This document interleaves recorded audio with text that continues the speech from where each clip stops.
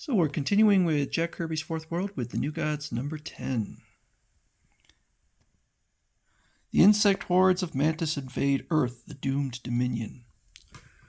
Beneath the world of New Genesis are burrows, the burrows that support the strange species the gods refer to as the bugs. Countless numbers of them, savage and restless, are stirring within the great colony known as the Mound. A powerful force has returned among them. He lies now in his power pod, generating and building the immense cosmic charges that with which he will lead the legions against Earth, the doomed dominion. See the forces that flash from the power pod. They're part of great Mantis himself. With such a leader now, how can we fail?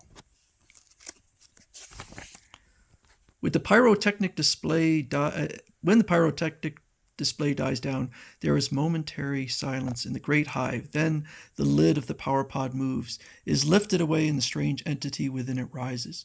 Mantis is ready. Prepare for the great destiny which awaits us. Prepare to leave this world where fear stalks you. We go to Earth, and there Mantis will make you the masters. There you shall rule instead of run. We hear you, O Mantis. Hear further. Hear how the war between Apocalypse and New Genesis will end with victory for us. We know, Mantis.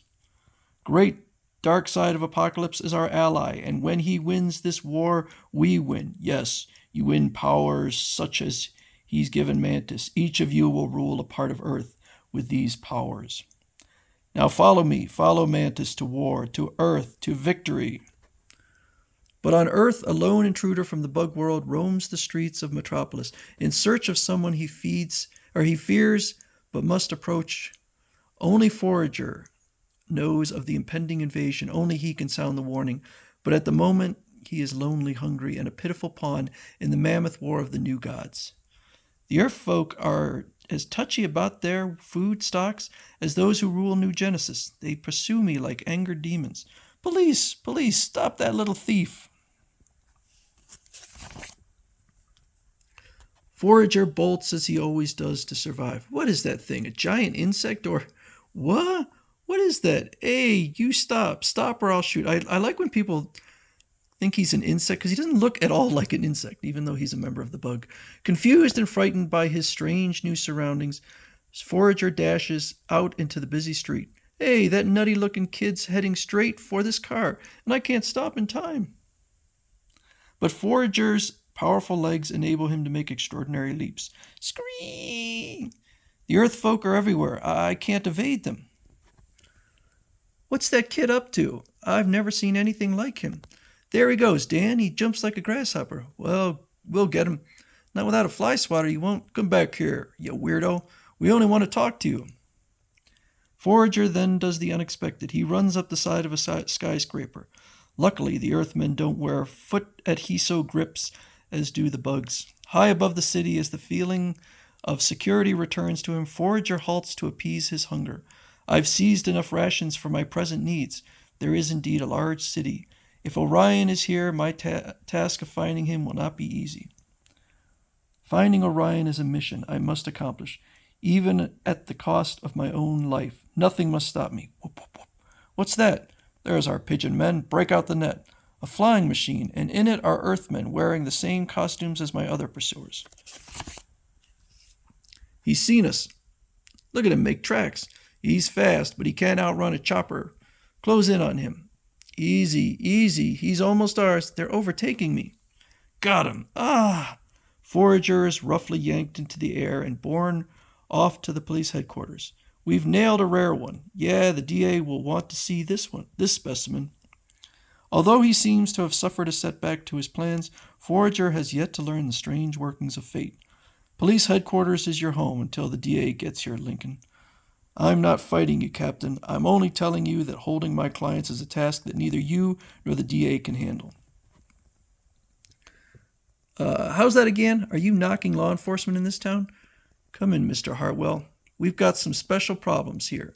Too true. That, I take it, is Dave Lincoln, the private eye ambassador to our city's super guests.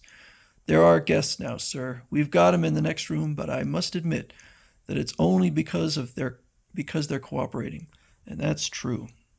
J. Mason Hartwell is the DA in this city, Seamus, and taking guff is not my prime attribute. I'm in charge here. Yes, sir. You know what your pals have done? Their shenanigans have racked up a huge loss in property damage. And thanks to Orion and Light Ray, there's no loss of life. Like it or not, Mr. DA, there are some situations that strike us from left field. And this invisible war between Apocalypse and New Genesis is not a minor league affair. The next battle may make this a very visible war, DA, and believe me, it'll be like nothing you ever saw. Somewhere in the city, life at all levels proceeds in its normal course, except in one certain area.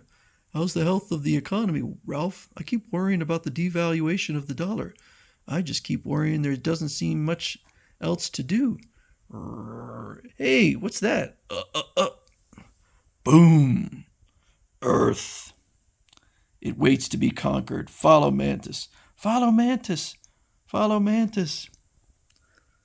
I can understand your confusion, but I'm counting on your joining us against a savage enemy. You'll meet him soon. Dark Side of Apocalypse is far from being shy, and his allies serve him for one purpose, domination of all living things. Is that so? Well, that's your story. When I run into this dark side, I'll get his story. Until then, the word of Light Ray and Orion must be your guide. Heed us and stay alive. At that moment, Mr. Hartwell, it's beginning to rain heroes. We've bagged another one, a teen type. Whatever happened to the classifiable cases like homicide, armed robbery? Okay, let's have a look at this new one. It's a bug. You call yourself a lowly bug. We've yet to see one this big or troublesome. You're of New Genesis. Can you be Orion? So we'll finish with part 2.